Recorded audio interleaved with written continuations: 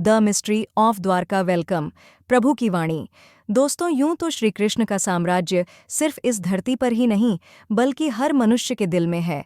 लेकिन आज हम आपको कृष्ण के उस अदृश्य साम्राज्य के दर्शन कराने वाले हैं जो धरती की सतह पर नहीं बल्कि समुद्र की गहराइयों की रेत में है, जहाँ कभी श्री कृष्ण ने अपनी सत्ता की शुरुआत की थी, जहाँ का कण कण कृष्ण लीलाओं का साक्षी था। आज वहाँ सिर्फ समुद्र की लहरों का शोर सुनाई देता है। गोमती नदी और अरब सागर के संगम पर बसा विश्वास और इतिहास को जोड़ता यह नगर आज भी श्रद्धालुओं के लिए देवभूमि है। भारत के पश्चिमी तट पर लगभग 6,500 स्क्वायर किलोमीटर तक फैले गुजरात में सौराष्ट्र जिले की तरफ जब बढ़ते हैं तो दूर से ही आसमान को चीर कर सनातन धर्म का बखान करती धर्मध्वजा यह संदेश देती हुई दिखती है कि यहाँ से साक्षात मोक्ष का पवित्र धाम शुरू होता है। यहाँ से हिंदू धर्म का तप तीर्थ शुरू होता है और यहीं से शुरू होता है द्वारकाधीश का साम्राज्य, जिसका कुछ हिस्सा आज समुद्र की गहराइयों में कहीं गुम सा हो गया है।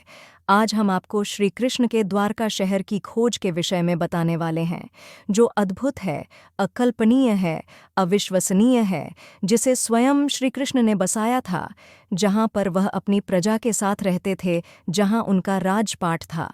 लेकिन आखिर ऐसा क्या हुआ था कि यह पूरा साम्राज्य समुद्र की अनंत गहराइयों में समा गया? तो चलिए जानते हैं इसके पीछे के रहस्य को। The स्कन city of Dwarka, a legend and a myth. कई द्वारों का शहर द्वारका भारत के 7 पवित्र तीर्थ स्थलों में से एक है। यह न केवल धार्मिक रूप से बल्कि पुरातात्विक रूप से भी महत्वपूर्ण है। गुजरात राज्य में सौराष्ट्र प्रायद्वीप के पश्चिमी सिरे पर स्थित द्वारकाचार धामों में से एक और यात्रा के लिए सप्तपुरी शहर यानी 7 पवित्र शहरों में से एक के रूप में जानी जाती है। हालांकि द्वारका की पौराणिक और ऐतिहासिक पृष्ठभूमि रहस्य में डूबी हुई है। इसकी पौराणिक पृष्ठभूमि को देखें तो हम पाएंगे कि भगवान विष्णु के 8वें अवतार कृष्ण ने इसे बसाया था। श्रीमद् भागवत के पवित्र ग्रंथ के अनुसार कृष्ण का जन्म मथुरा की जेल में हुआ था, लेकिन उनके पिता वासुदेव उनकी सुरक्षा को देखते हुए उन्हें गोकुल ले आए, जहां उनका पालन पोषण हुआ, जहां वो गोपियों और राधा के साथ रासलीला रचाते बड़े हुए। वहीं पर उन्होंने अपने मामा माँ और मथुरा के क्रूर राजा कंस का वध किया। कंस के ससुर जरासंध के 18 बार मथुरा पर आक्रमण करने के कारण वह सारी प्रजा को लेकर पश्चिम की ओर निकल गए, जहां पर भगवान श्री कृष्ण ने एक द्वीप शहर स्थापित करने का निर्णय लिया। पौराणिक ग्रंथों की माने तो श्री कृष्ण ने द्वारका बसाने के लिए समुद्र देवता से जमीन ली और महान आर्किटेक्चर विश्वकर्मा से रातों रात द्वारका का निर्माण करवाया। विशाल दीवारों से घिरी यह नगरी वास्तुकला की बेहतरीन मिसाल थी। धन दौलत से समृद्ध इस नगर के दरवाजे सोने के थे।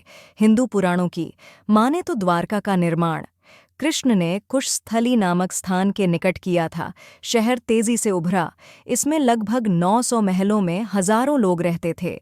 शहर पूरी तरह से किलेबंद था और केवल जहाज द्वारा ही यहाँ तक पहुँचा जा सकता था। लेकिन श्री कृष्ण ने जिस शहर को इतने प्यार से समुद्र के बीच में बसाया, वह शानदार शहर उसी समुद्र में डूब गया।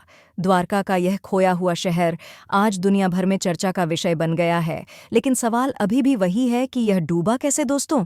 द्वारका नगरी के डूबने के पीछे कई तरह की कहानियां और मिथक फैले हुए हैं।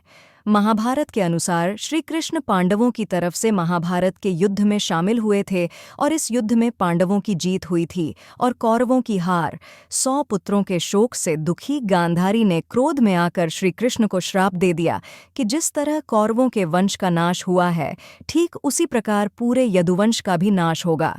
धीरे धीरे द्वारका में हालात तनावपूर्ण होने लगे। उसके पश्चात सभी यदुवंशी आपस में लड़ लड़कर मरने लगे थे।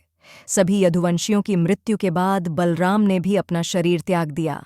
बलराम के देह त्यागने के बाद श्री कृष्ण उदास होकर वन में विचरण करने लगे।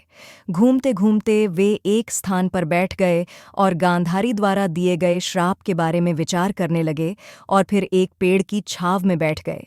इसी समय जरा नामक एक शिकारी का बाण उनके पैर में आकर लगा, जिसने दूर से उनके पैर के अंगूठे को हिरण का मुख समझकर बाण चला दिया था।